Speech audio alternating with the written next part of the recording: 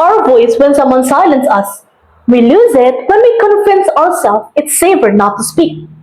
Greetings, respected judges and all of my fellow friends. My name is Chanlina Chivy Mulyono from Senior High School 1 Jimber, a young speaker who believes that even trembling words deserve to be heard. Before that, let me share a story with you. A few months ago, I remember sitting in the classroom during a presentation. The speaker had just wrapped up and the moderator opened the floor for questions. My heart raced. I had a question, and actually I had several, but I didn't even raising my hand. Why? Because I was busy rehearsing every possible version of the question in my head. What if I stuttered? What if they laughed?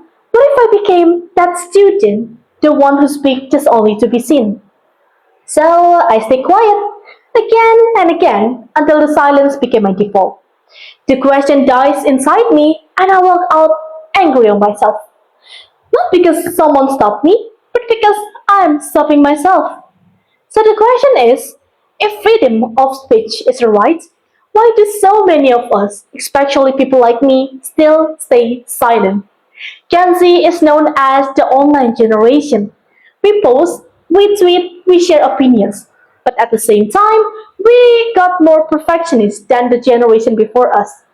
A study by the American Psychological Association shows that self-pressure to be perfect has risen sharply among Gen Z.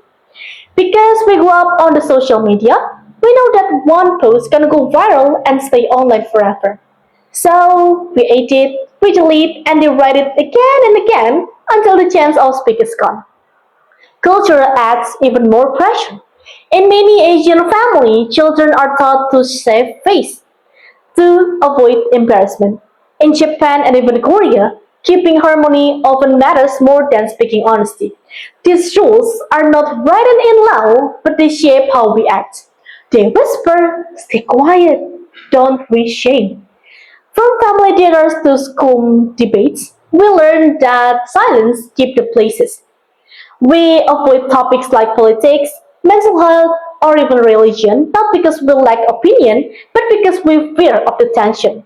This fear is passed down like the old family recipe. Speak carefully, or better yet, don't speak at all. The result is a generation that value free speech but often censor itself first. We hold back many of the questions and we hide opinions, and when we stay silent, we miss the chances to learn, to grow, and to be noticed. In a world where personal branding can open doors, the silence is not neutral. It can make us invisible. And let me think about the young activist Greta Thunberg. When she skipped school to protest climate change, she was mocked and underestimated. But she spoke anyway, and the world listened. Imagine if she stayed home, editing her messages until it felt perfect. Change will have been waiting.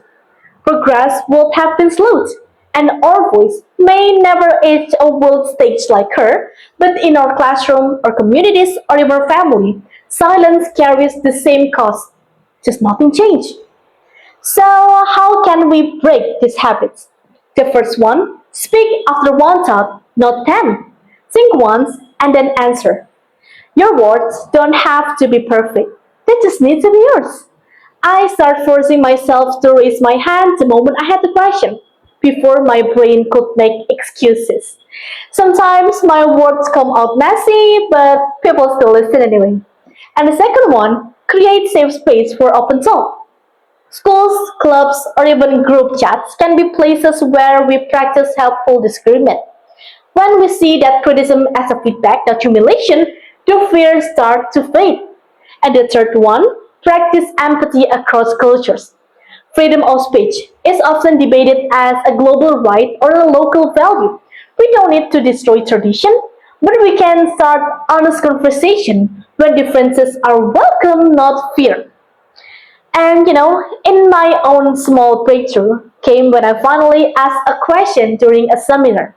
My voice shook, my grammar slipped, but instead of laughter, I got a helpful answer and new ideas.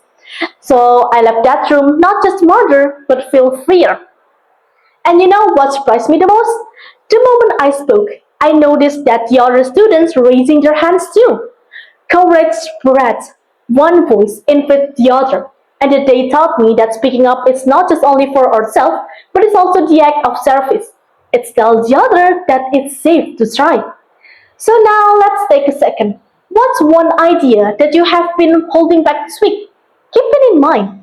And I challenge you to share it just only with one person. Let people react. Let the criticism shape you, not silencing you.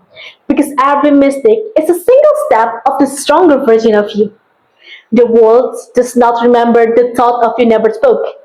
It remembers the voice that dared to be heard, even if it trembled, even if it wasn't perfect. So, to my fellow Gansen, promise yourself this. Before the applause fades, pick just only one idea that deserves a chance to live outside your head. Give it a voice. Give it a future. Because the world changes when one person dares to start their first sentence. Rise up, speak up. Thank you for your attention.